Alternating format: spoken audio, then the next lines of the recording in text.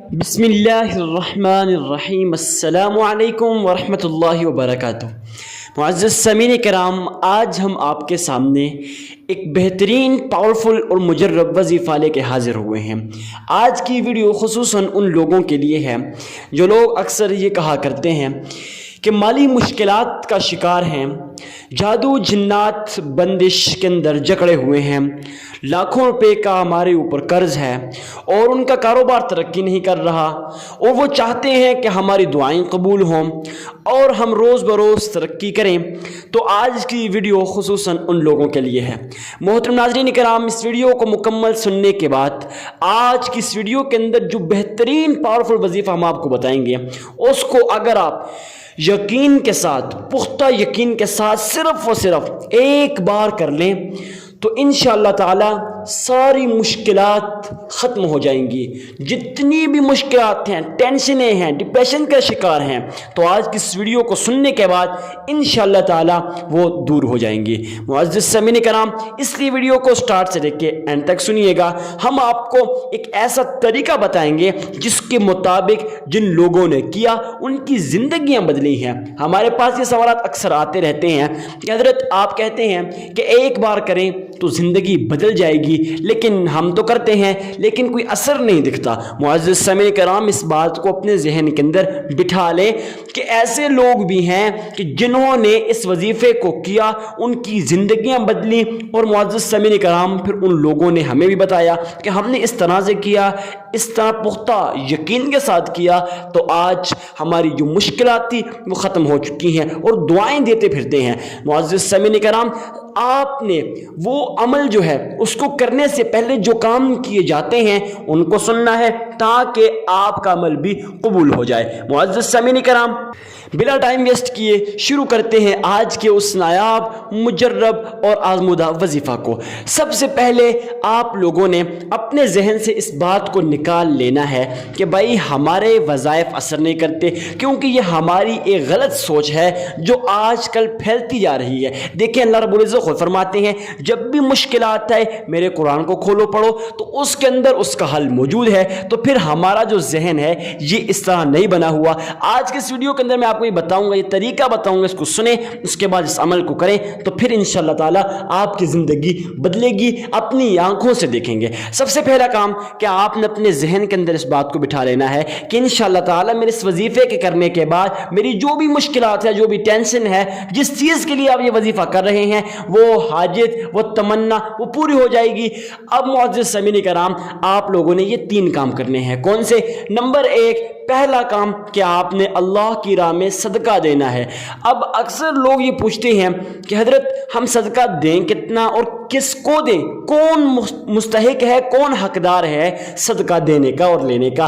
تو معزز سامعین کرام دیکھیں، پہلا سوال یہ ہے کہ ہم نے دینا کتنا صدقہ ہے؟ تو بھئی جتنی استطاعت ہے، ہر انسان کو اپنا محاسبہ ہوتا ہے، اپنا ہوتا ہے پتہ ہے کہ بھئی میری کتنی گنجائش ہے، کتنی استطاعت ہے کہ میں اللہ کی راہ میں اپنے مال میں سے دوں۔ اور یہ تو آپ کو پتہ ہے، سنتے ہی رہتے ہیں کہ اللہ رب العزت فرماتے ہیں کہ جو شخص میری راہ میں اپنا 1 روپیہ نہیں 1 آنا اپنی استطاعت کے مطابق دے گا، اس کے مال کو میں دگنا تگنا بڑھا دوں گا۔ اب آپ کو پتہ ہے کہ صدقہ دینے سے آپ کی جتنی بھی بلائیں ہوتی ہیں وہ ٹال دی جاتی ہیں۔ جو مستقبل میں آپ پہ آنے والی کوئی ایسا واقعہ ہے تو وہ ٹال دیا جاتا ہے۔ معزز سامعین کرام، اب آپ لوگوں نے صدقہ کتنا دینا ہے؟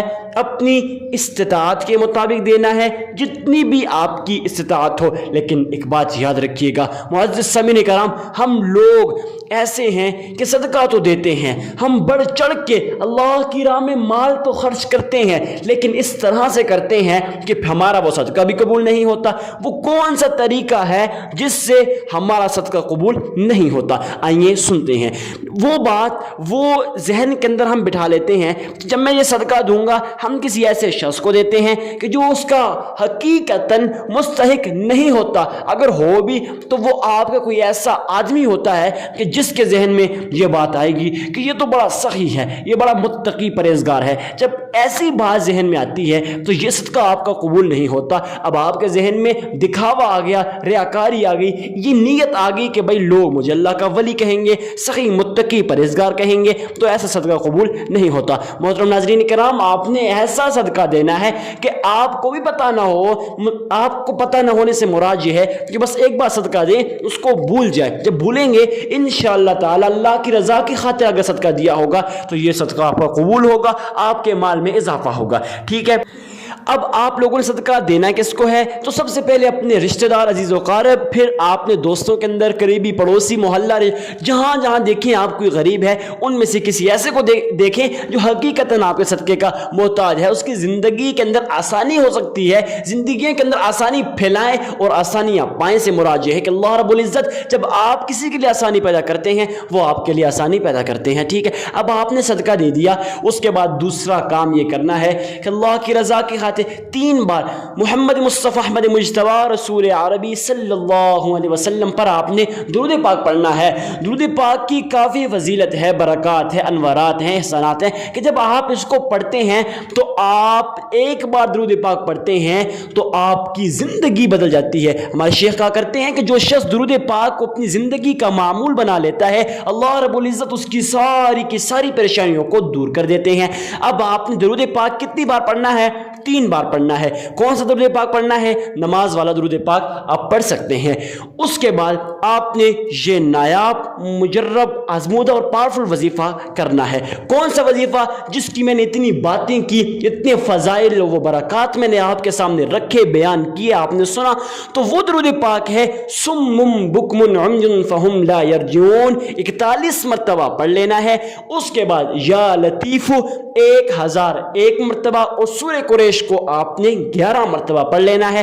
اس کے بعد پھر درود پاک پڑھ لینا ہے۔ عمل کو دوبارہ سنتے ہیں۔ سب سے پہلے صدقہ دیا، 3 بار درود ابراہیمی پہلے پڑھا اور آخر میں پڑھا، درمیان میں 1001 مرتبہ یا لطیف، 41 مرتبہ سم بکم عمی فہم لا یرجعون اور 11 بار سورہ قریش کو پڑھا، پھر درود پاک آخر میں پڑھ لیا، آپ کا عمل مکمل ہو گیا۔ معزز سامعین کرام، پختہ یقین کے ساتھ اگر آپ اس کو 1 ہفتہ لگاتار کریں انشاءاللہ تعالی آپ کی زندگی کے اندر برکات آئیں گی اور آپ اپنی زندگی کو، اپنے دنوں کو، اپنے حالات کو، اپنے مواقع کو بدلتے ہوئے دیکھیں گے۔ یہ میرا پختہ یقین ہے اور وعدہ ہے۔ انشاءاللہ تعالی اپنے رب سے مایوس نہ ہو، اپنے رب سے امید لگائیں کہ جب آپ کے دل کے اندر اخلاص ہوتا ہے تو اللہ رب العزت آپ کو دیتا ہے، چھت پھاڑ کے دیتا ہے۔ تو معزز سامعین کرام، یہ جو عمل ہے اس کے لیے کوئی قید نہیں ہے کہ آپ کون سے وقت پڑھیں، جب بھی آپ کا دل کرے،